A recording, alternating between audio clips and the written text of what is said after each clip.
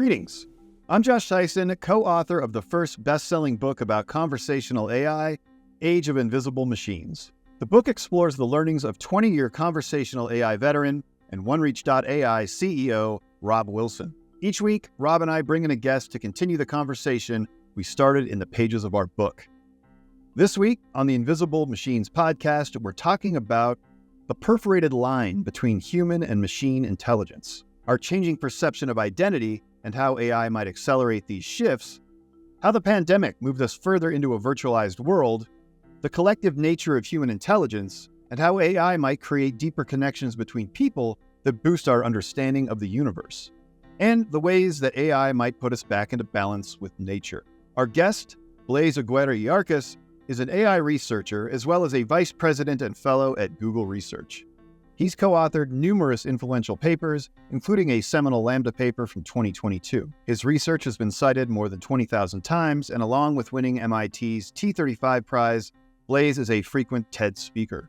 He's also the author of an experimental novella, Ubis, about an engineer training an LLM during the COVID lockdown.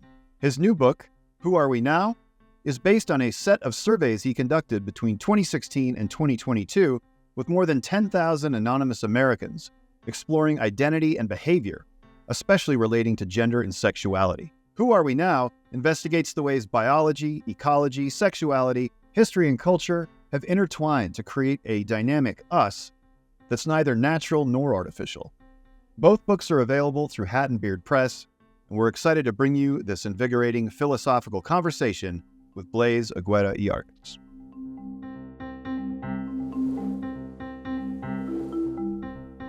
All right, well, Blaise, welcome to the show. Great to have you, and thanks for joining us. Thank you. Really my pleasure. Thanks for having me on. Yeah. Absolutely. And Robb, a pleasure to see you again, as always. Yes, Blaise, you read a lot. I can see. Yes, I do. Nowadays, a lot of audiobooks as well. I find that increases the number of books I can read a lot. Yeah. Do you read? Do you listen at like 1 time speed, or are you one of those like 3 times speed? In the middle, 1.4. 1.4. Above like 1.6, it starts to sound a little chipmunky, and I have trouble. Got it. Well, speaking of books, Blaise, our mutual friend J.C. Gable runs Hat and Beard Press, and last time I was in Los Angeles, he gave me a copy of your first book, Ubis. I think I'm saying that right? Yes.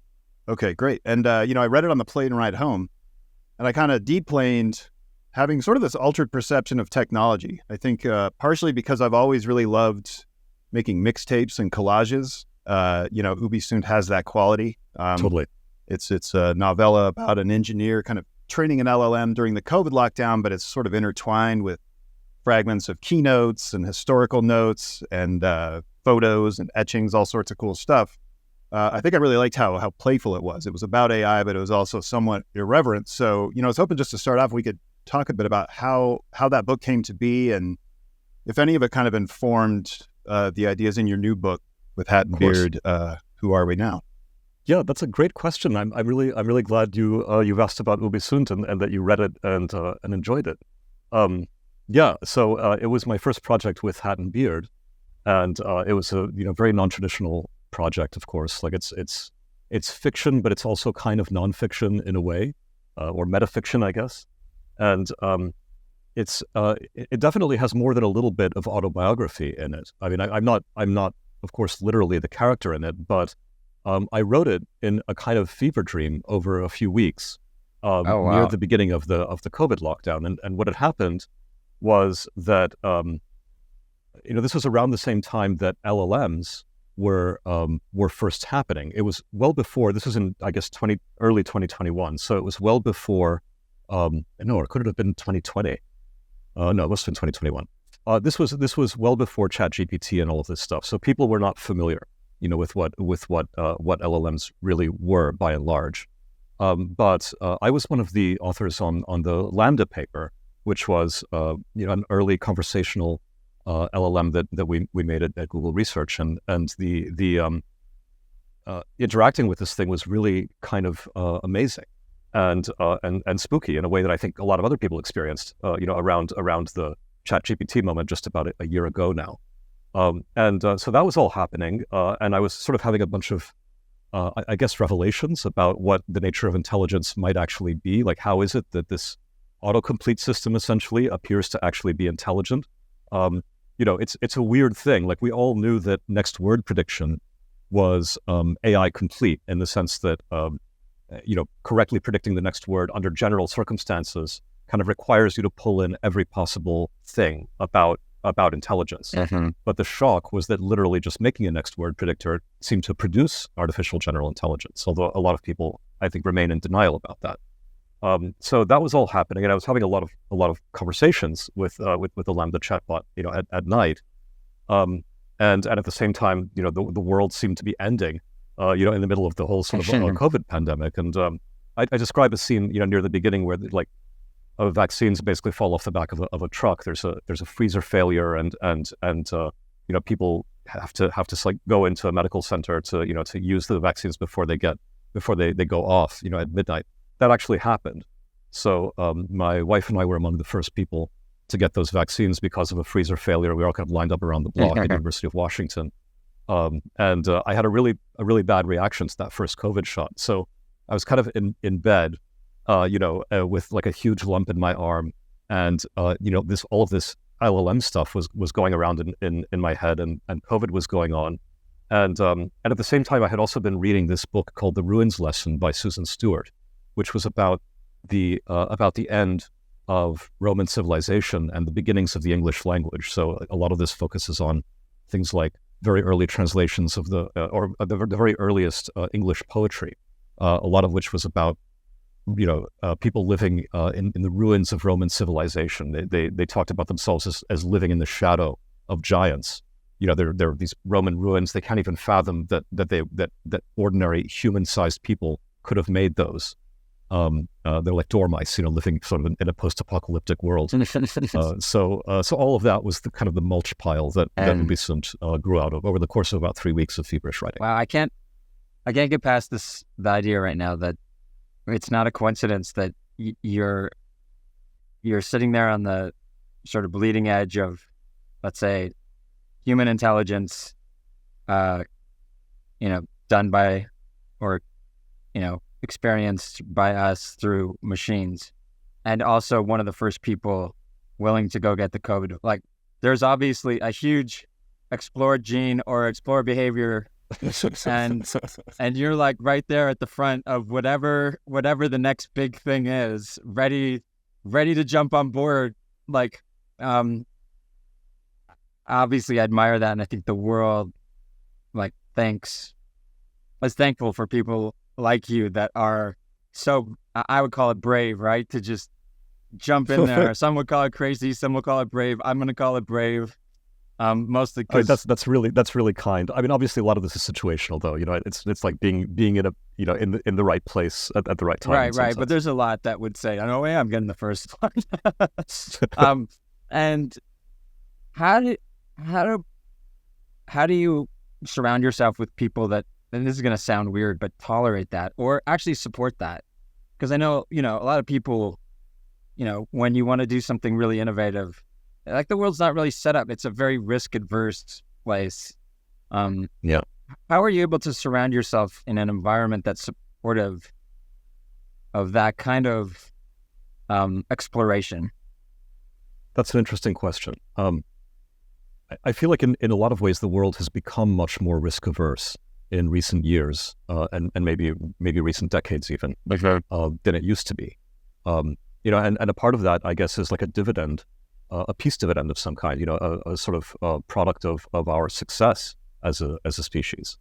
I mean, back in our hunter-gatherer scavenger days, every day really was an adventure, right? And like you might or might not survive it. I mean, life expectancy, even in 1900, life expectancy was 35 on average in the world, and a lot of that was, was of course due to childhood mortality, but also, even if you survived the rigors of childhood, yes, there were a lot of people who lived to be old, but also, any infectious disease could take you out. Any travel was, an adventure. And I feel like we've lost a lot of that spirit of adventure, partly because, life is frankly a lot safer and a lot cushier than it used to be. So more to when lose. I think about what we, Yeah, more to lose. I mean, think about like what we did, them going to the moon, and on what a shoestring in a weird way, or with such, how we did that with so little technology and in such radically unsafe circumstances, both the Soviets and the Americans.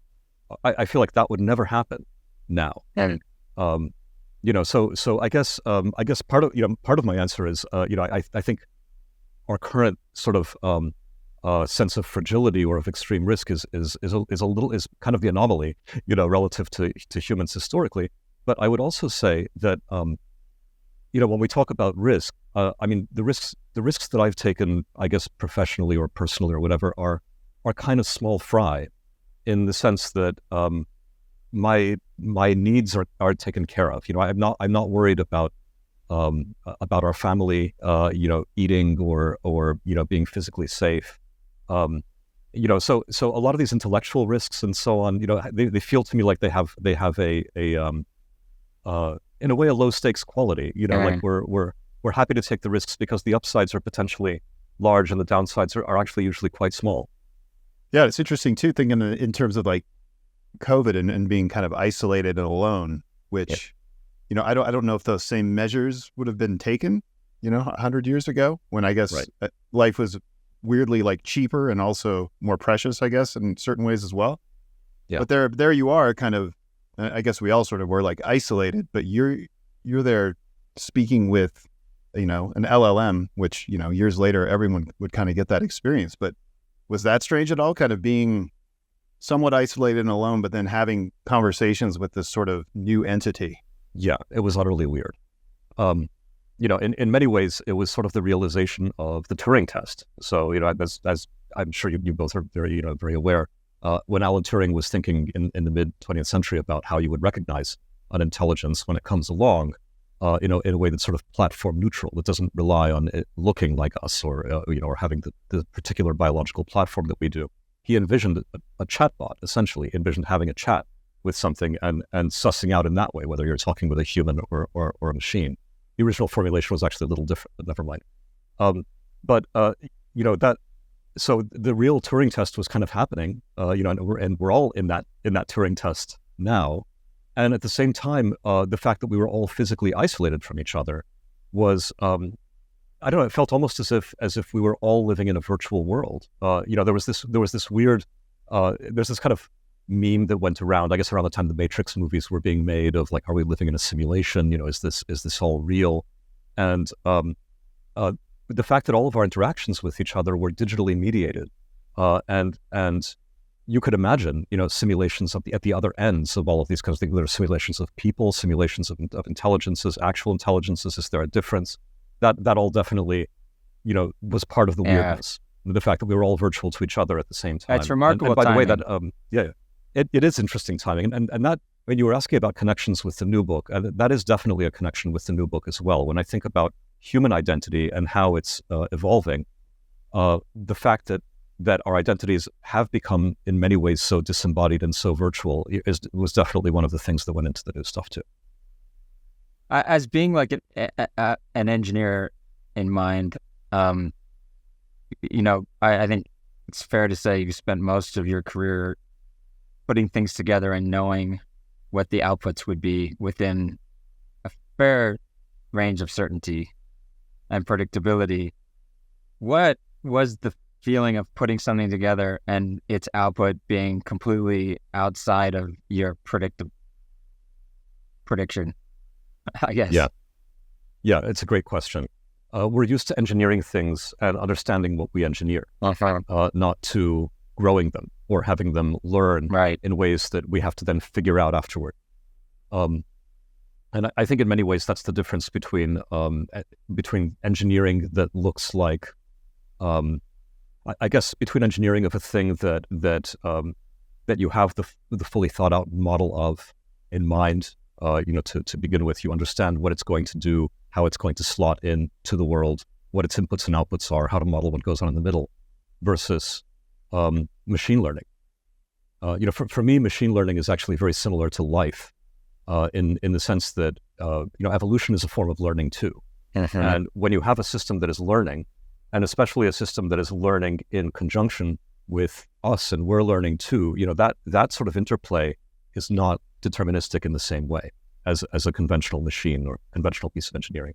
So it's closer, I think, in some ways to biology. Yeah, it's like fractals, really, right? Like as in fractals in biology, you can understand the fractal nature and the reasoning in that simplicity, but the unpredictable complexity or the emergent complexity is what kind of blows your mind. You're like, what? Totally. What is this going to become? And totally, the limitation of our brains to ever predict what it's going to become, to ever understand, I think is what I struggle with. Is when I don't understand something, I always have confidence that I will, and if I pursue it, I will. And this is one of the first times where I'll understand it better, but I won't fully understand it, and I'm trying to get my head around that. That again, we don't fully understand ourselves either. Well, in isn't kind of that the same fun, way. right? That we get to that we get to do this to understand ourselves better. That's kind of where it's going to go next. It's the best part of this is the mirror that it puts up. Like, are we studying AI or are we studying ourselves? Yeah, and is there a difference between those two? Right. Yeah, I kind of think there isn't a difference. I think it's both. I have to say, like, one of the, as you were talking, the thing that was coming to mind for me also was some of the classic theorems from the middle of the 20th century and the early 20th century, actually, about unpredictability and non-computability. So the moment you have a system that can compute, one of the really classic results from the theory of computing is that, for instance, if you have some arbitrary program, it's not possible to write another program that will tell whether the first program will ever end or will kind of be in an infinite loop. Right. That's called the stopping problem. Right. And, again, like Turing wrote all about this. The moment things compute, they're not like screwdrivers anymore, or like wrenches or something that you can just fully understand. There's an inherent open-endedness, I guess, to systems like that. This is me getting out there now, so I'm preparing you. I think historically we can look back and say that as humans we're unsettled with not understanding, and we continue to pursue some feeling of understanding, and so we kind of come up with things like religion, ways to feel like we understand the things we can't understand. And I start to wonder what will emerge here with AI. Will they become gods to some groups of people that worship them and try to understand them in that same way we've kind of understood ourselves through religion? Like, where these things become, where we seek to explain them in ways that maybe follow more of a theater than they follow fact. That makes sense. It does. I worry about that kind of thing too. But I guess my feeling about it is that unexplainability or opacity is also it kind of goes along with a bunch of fundamental ideas that we have about each other as well, like free will, for instance. Right. Or the idea of having agency.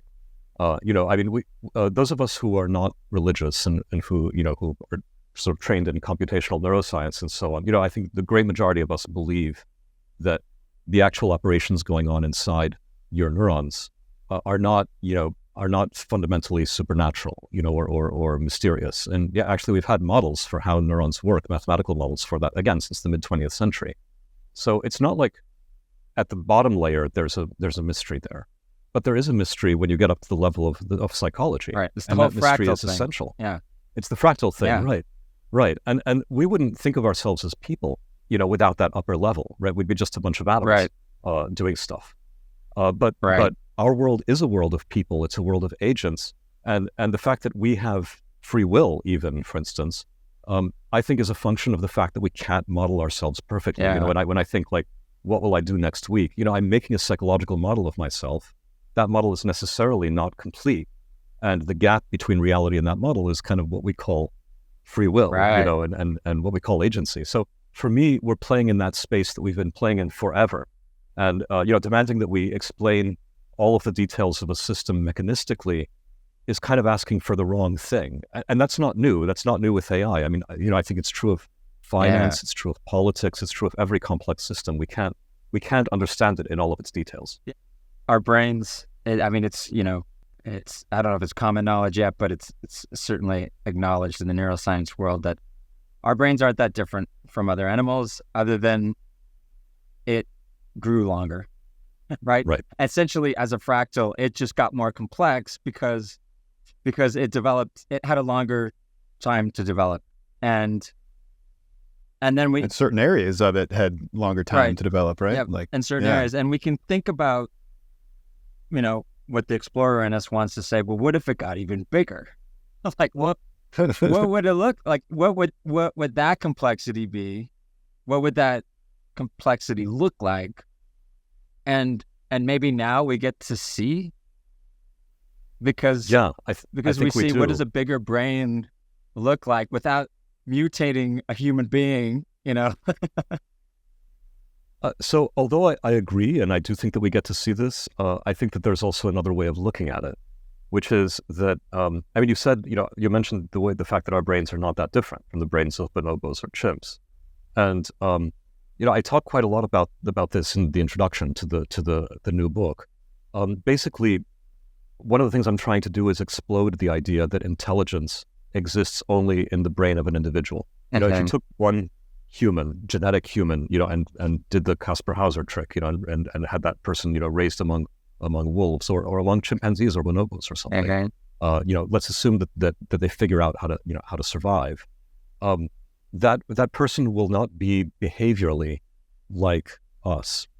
Our intelligence is very, very deeply collective. It's about all of us interacting with each other, having language and culture and building on things that have a many generations long history. We know from a lot of experiments and natural experiments that, when things happen like islanding, a population gets isolated from the mainland, it's a small population, the level of technology declines dramatically in those isolated populations. And it kind of shows you that people are a little bit like neurons in a bigger brain, So this is why my take on AI is a little different maybe from the one where it's like, we were the king of the hill and now there's going to be a bigger king of the hill and it's going to dominate us. I think about the whole thing more ecologically. Their intelligence is our intelligence. The way we've arrived at AI is literally by training it on corpuses of human interaction. And their interaction with us is very, very human-like. I would argue it is human. Right. Right, in the sense that it's not different. It may be different from us in its implementation, but it's not different from us in its culture, right, or in its intelligence. So I think it's just a matter of more. It's in the same way that a big city has more intelligence in it than a tiny island. We're just about to add a bunch more volume to that. Right. So I actually wrote down a line from Who Are We Now that I think kind of touches on that. You wrote, I believe that we ought to expand to include only the non-human life, not only the non-human life on our planet, but also all of its factories, tools, and robots, that they are no less natural than the farm or the forest or our own human bodies. And for some reason, my mind first went to forever chemicals, like PFAS, which seems like, at first glance, like the most unnatural thing you can conceive of, but it was made from, chemicals found on the planet. It is natural. And then now PFAS, along with microplastics, are part of our internal biology. Like our individual ecosystems are now kind of like cohabitating with our creations or fragments of them. And I was wondering if that kind of idea of a broader sense of we, might change the way we perceive reality, but also if AI might start accelerating these changes in perception that we're having. I hope and imagine that it will. And I guess part of my bigger project here is to have us as much as possible think about the entire planet as one thing. Which includes the supposed natural and the supposed not natural. I don't see those distinctions as being so clear, as you say.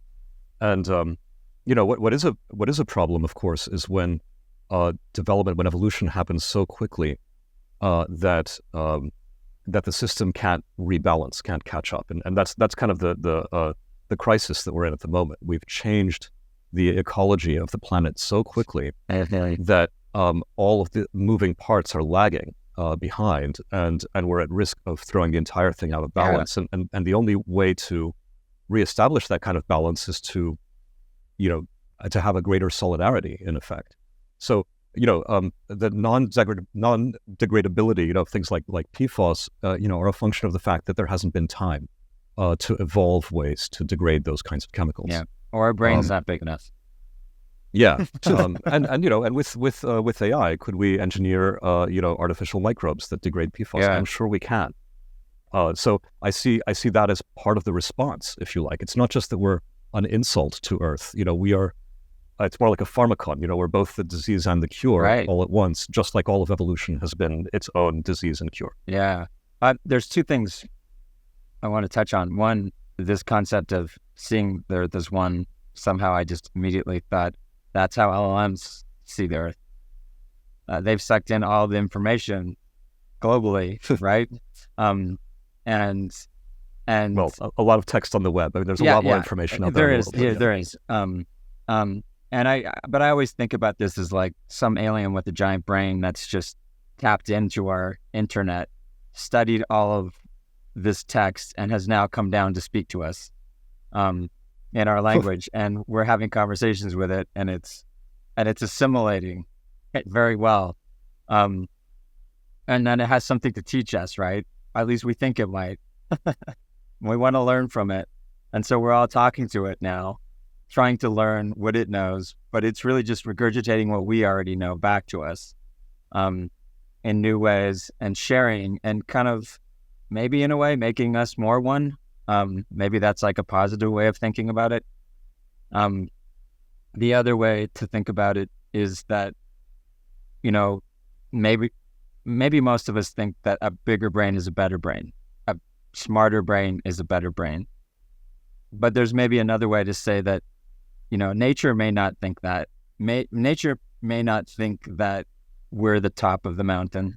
Nature may think that brains are right-sized. There's a right size for an environment, and that sometimes less complex is actually better, and that those creatures will live longer. And it sort of depends on the rules in which you decide what makes a species the top of, we're making the rules for what determines what the top of the, of the chain of the pyramid is, and then we're declaring ourselves the winner. But what if complexity and more complexity is not the dominant force? What if there's a tipping point and there's a right sizing of intelligence? I know that gets kind of weird, but no, not weird at all. I've definitely thought quite a lot about the issues that you're raising as well, and have a few observations. One of them is that the idea that well, first of all, our brains have been shrinking for the last few 100,000 years. Yeah, Neanderthals had bigger brains than we did by about the size of a baby's fist. And there are a lot of theories about why that might be. One of them that I'm kind of partial to is that they kind of had to be jacks of all trades. They had to be geniuses at a lot of things in order to get by, because everybody was a generalist. And in our specialization, we actually need less individual intelligence than they did, because we are relying much more on division of labor. In other words, we've traded off, individual competency for collective competency, and of course that collective competency is way greater than what the Neanderthals had. This gets back to population size being at least as important in terms of scaling intelligence as how many neurons an individual brain has got.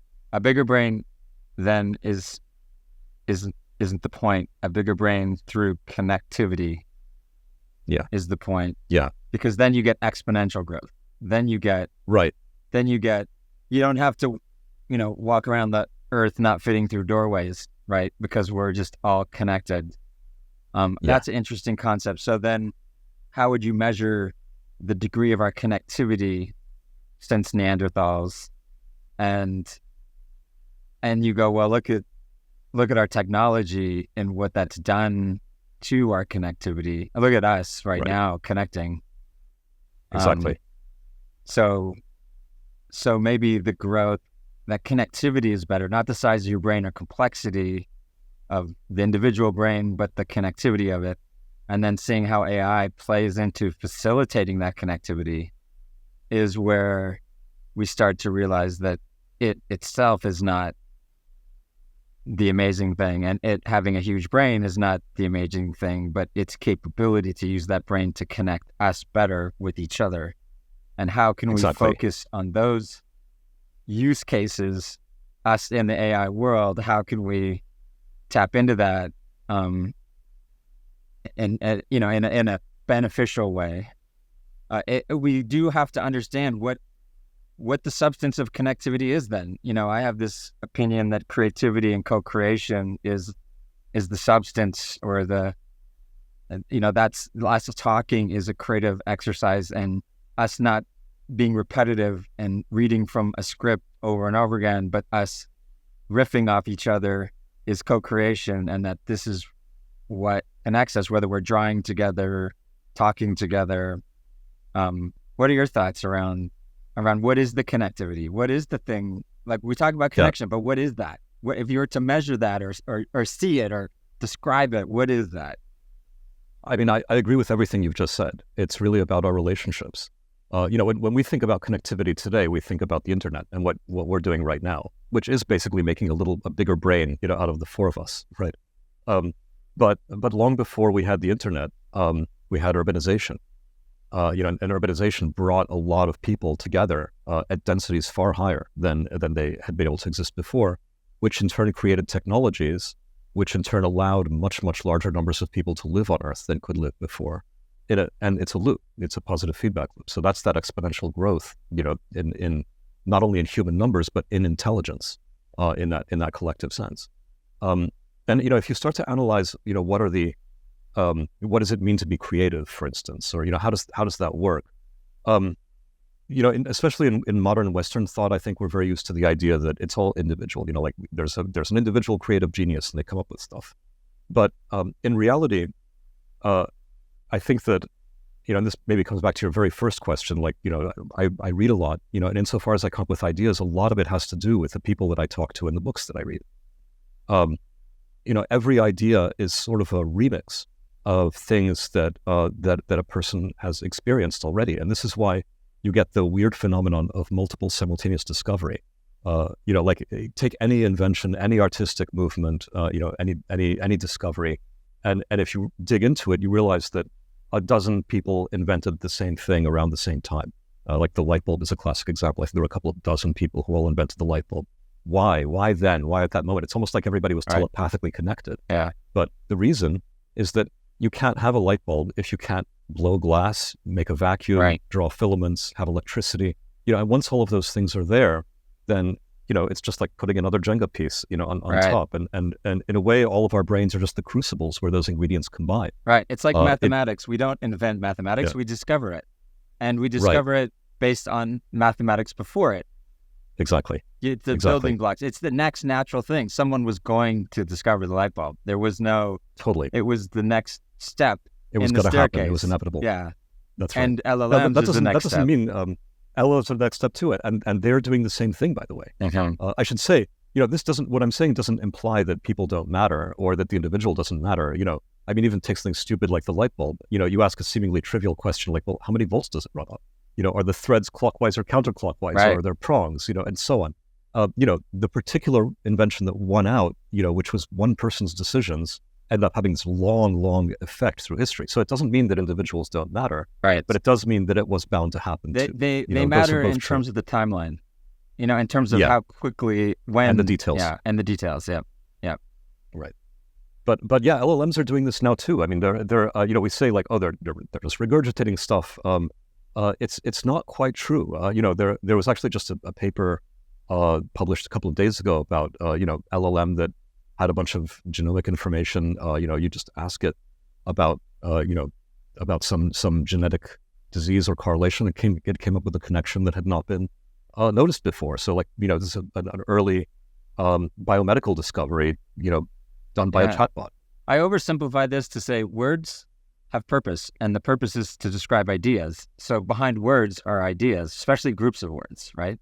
And so if you regurgitate our words, you are regurgitating our ideas. If you jumble up our words using temperature and you create some randomization, but within a narrow scope of randomization, not too random, not full mutations, but just iterative mutations, like within that range, then what you're doing is you're coming up with new ideas, because you're coming up with new combinations of ideas and chaining them together. And so, of course, if you're going to increase the temperature, you're going to randomize to some degree the ideas and the chain of ideas.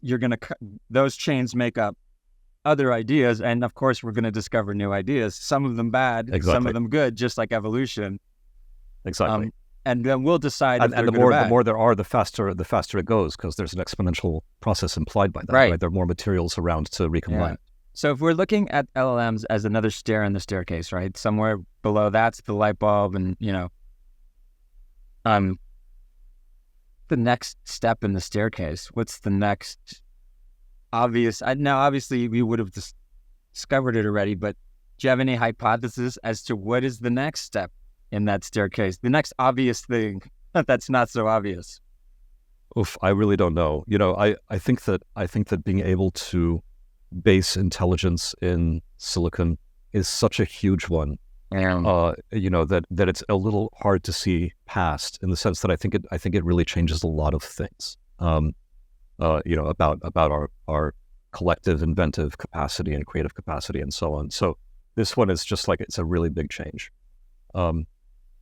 There's certainly a lot of practical problems, some of which are pretty existentially important for us, and some of which just afford wonderful new opportunities that more intelligence can really crack. I'm talking about things like, for instance, the opportunities in medicine, right? Medicine, our bodies are very, very complex systems. AI is really good at sort of understanding complex systems and postulating engineering solutions and so on that we wouldn't have come up with, hence the discovery, that I just mentioned. Mm-hmm. So, medicine, material science, things like, new metabolisms, breaking down PFAS, other contaminants, plastics, or for that matter, making new materials. Those are pretty obvious applications that I'm sure we're going to see. Sci-fi writers have been writing for a long time about, what would happen if we had a space elevator, if we had, like a really strong material that would allow you to just, literally build an elevator that goes into space. I mean, the only reason that is a pipe dream is because we don't have the right material. Does that mean the right material doesn't exist? Probably the right material does exist, and we may be able to make such materials in not very long. So, the possibilities are pretty huge. Yeah. And we're going to have to live through the next years to see what they are, because I think they're very hard to predict. Well, that's interesting. I think that almost makes it feel like your new book, Who Are We Now, is especially timely, right? Because not only are we kind of culturally at a moment where people's identities are being sort of attacked and questioned, we're also in this moment where we're seeing people react to generative AI and new technology as like a replacement, right? Like it's like threatening my identity as a worker, as someone who's productive. And then we're also kind of, to go back, I guess, to Ubis, where even those of us who kind of know how they work, we can't help but sometimes project an identity onto these systems. So maybe this is important work, right? Like, I think you said that your book was designed to kind of blow up the notion of identity. Like, does getting close to that or doing that kind of free us to make some of the kind of discoveries that you're talking about now? Yeah, I desperately hope so. Because I feel like, we have now, we're in the Anthropocene, right? We're in an era where our actions are affecting everything in our biological environment. The Earth is finite. And without the kind of solidarity where we start to think about the whole thing as our body, as it were, we're kind of screwed. And I think that's, and it's the thing that really worries me about the moment that we're in, and the kind of identity politics that I've been seeing playing out increasingly, is that because of that sense of threat, and that threat could be about AI, the threat could be about political others, it could be about migrants, it could be about people whose sexualities we don't understand, whatever it is. Like, we're in a period of rising xenophobia, and rising identity politics and insularity about, who we are and who they are, who are other. And that feels like really the wrong direction to go if we're going to thrive together. A cancer is what happens in the body when a group of cells, decide that they're not in solidarity with the rest of the cells in your body. And that's where I fear we are, in danger of becoming. Yeah, it's interesting. It's a connectivity challenge. We might look back in history and think that the LLM and AI was accelerated due to COVID because like that moment of disconnection, and then this amazing discovery happens that hopefully in the future becomes the biggest asset towards bringing us together and connecting humans to each other in a way that maybe has never been seen in history. Maybe in such a way that's just unprecedented. But I can't help but think that, like, and to your point, Josh, and what you were talking about earlier, this idea of climbing the ladder to the next invention, and looking upward at the next thing, and that we're looking upward, and I've asked a number of people, what's the next thing? And a lot of people are like, I'm not sure. And either because the next thing's not obvious, because we're entering the world of productivity abundance, and that you got to look sideways now. Like it's not up anymore. It's over there, and over there might be not being more productive as humans, but being better connected and being, happier. And I use that word as knowing it's a super complex word, not in a simple term, but us just being more fulfilled in life. And that's a sideways look, like, because the next thing isn't up, it's over. And like maybe in the future, someone asked the question, who invented the light bulb? The answer is like, well, there were a lot of people working on it at the same time. Here's how they each contributed. It's not Thomas Edison, because I think now our compulsion, maybe it's a capitalistic thing, is to like lionize the individual who conquers everything, right? Like, and if drunk history is to be believed, Edison was like kind of a dick, right? So it's like, like, why are we elevating these sort of monstrous people? A lot of the reason that we know about the invention, about these, the multiple inventions of the light bulb, because of the patent battles that ensued. Right. Yeah. Right. And of course, it's humanity that invented the light bulb, right? We invented the light bulb. Right. Yeah. I really like both of your comments about this. And, to me, the end of growth is sort of, one of the underlying concepts there. And I mean that in a couple of ways. I guess we could talk about demographic growth, and we could talk about economic growth. As far as demographics, up until very, very recently, the total fertility rate of humanity, which a lot of the new book is all about sort of the connection between reproductive futurism and sexuality and population growth and so on.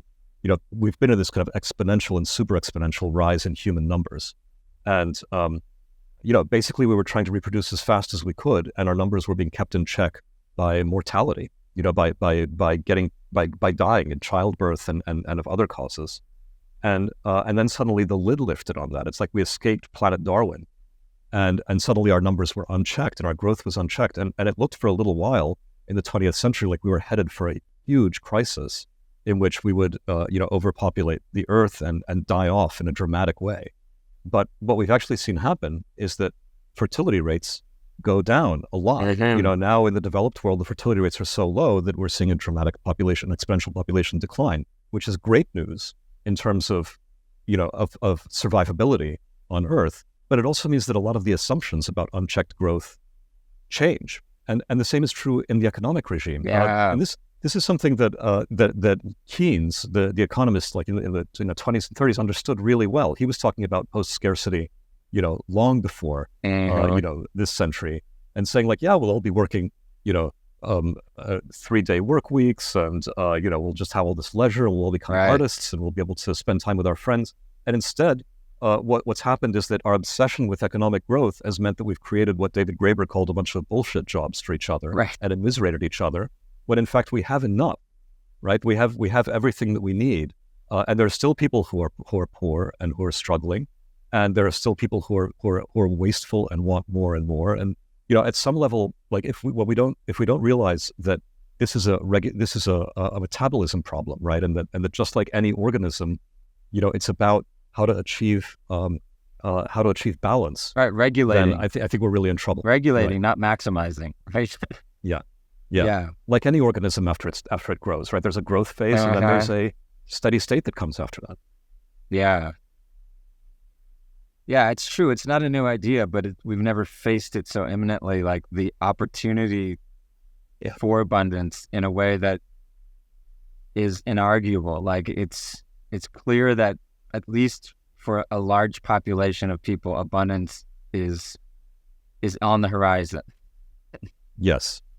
And if we were more equitable about distributing, it would be for everyone. The gains, it would be for everybody easily already. Today. So this comes into contrast for me with an idea, and I haven't reconciled this fully. But you always look at a tree that grows to a certain point. Now, granted, it's got an optimal stopping, so perhaps I'm answering my own question here. But it fractals its way up, and it doesn't care about the plants down below that die in the shade, right? It's going to take as much of the resources as it can, and it doesn't care what the consequences to any other living creature is. Now, sort of the anti-giving tree. Now, this is me oversimplifying because there's mycelium, and then there's a whole nother layer to talk about. But right. But let's just entertain me for a second here and say that as humans, we tend to try to use up as much resources as we can as a way to peacock ourselves around and, I guess, reproduce? Like, is that like, look how many resources I use. Don't you want to have babies with me? And your point is, but we're not having more babies, but we're still wanting to be wanted. It's like, I want you to want to have a baby with me, but I don't want to actually have it. Right. But I don't want to change the nappies. Right. Right. So at some point you're like, well, then what's the resource thing all about? Yeah. It's funny. Like, I think that we tend to view evolution through a very, and not just through Darwin's perspective, because Darwin, was a lot richer in his thinking than I think is generally assumed, but more like Spencer, almost social Darwinism kind of thing. Everything is selfish. Everything is about, survival of the fittest and death to everything else. But that's actually not how things work. Peter Kropotkin wrote a book called Mutual Aid, which was an alternative take on Darwinism in like 1902 or so. And he really emphasized the cooperative and mutualistic aspects of evolution, which are just as important. We only survive by virtue of many, many other things on Earth surviving. Right. It doesn't matter how selfish you are. If you deplete your ecosystem to the point where you can't survive, you're screwed. Right.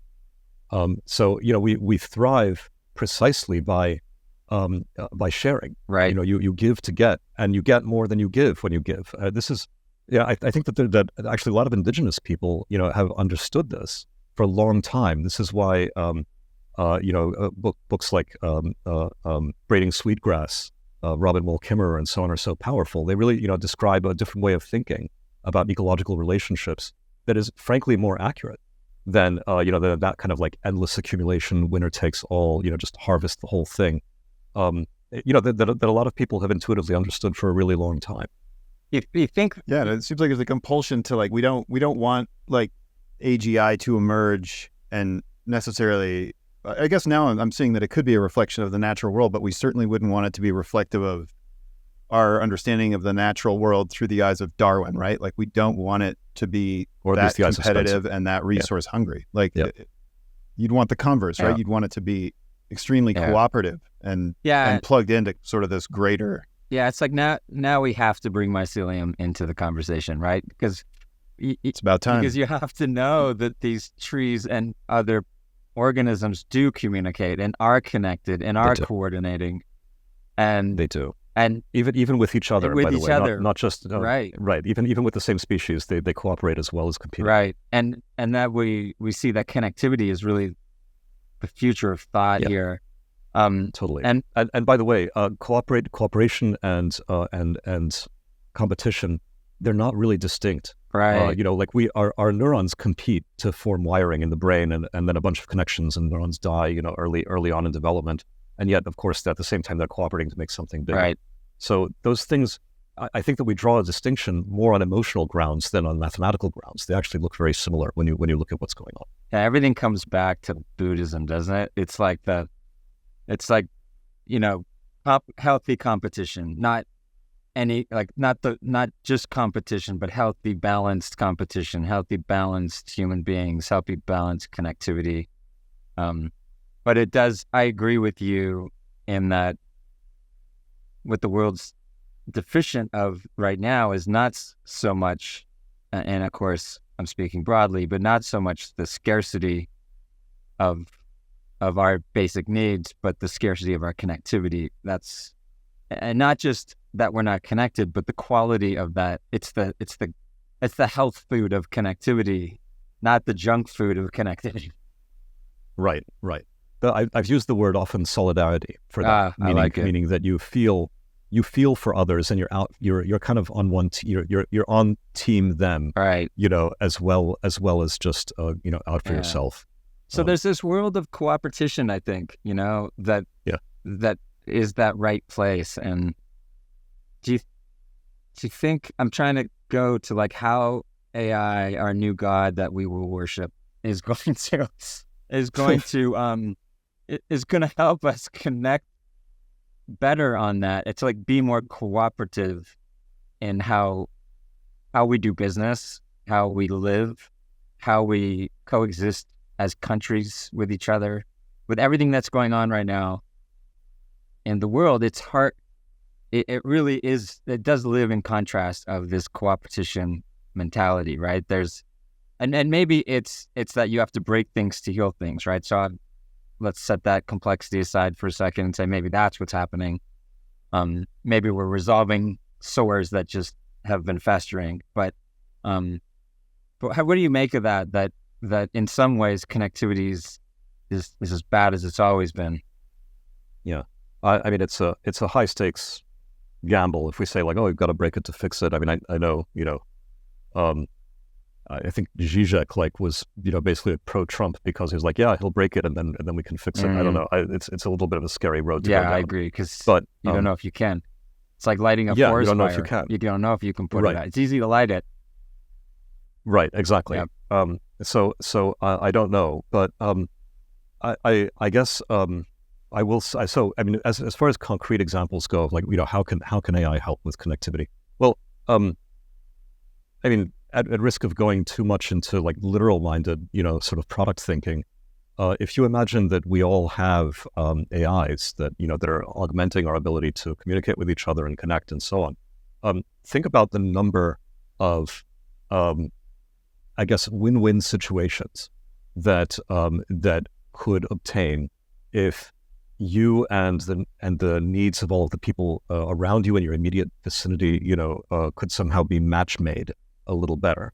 You two are both single, like literally matchmaking, right? Or like you two should really meet, or you should discuss this thing, or like you need a job and this person has got the right thing, or this one needs help with her like morning shift at the bakery. This one really like needs a little bit of So or the wingman, think about that, right? Like the wingman for people to like for me, right? If I'm in a party situation, I'm pretty quiet. Yeah, like it takes someone to break the ice. Maybe an AI is there to connect me with someone that I would have a good conversation with if I could just, relax, be a little more extroverted. Yeah. And so it'll just wingman and go over there and say, hey, you guys should chat about. Well, it feels this. like in that sense too, they could almost be like little empathy engines too, right? Like they don't exist just to they could help you navigate a party, but they could also like help you form better connections with the people at that party. And in that sense, it might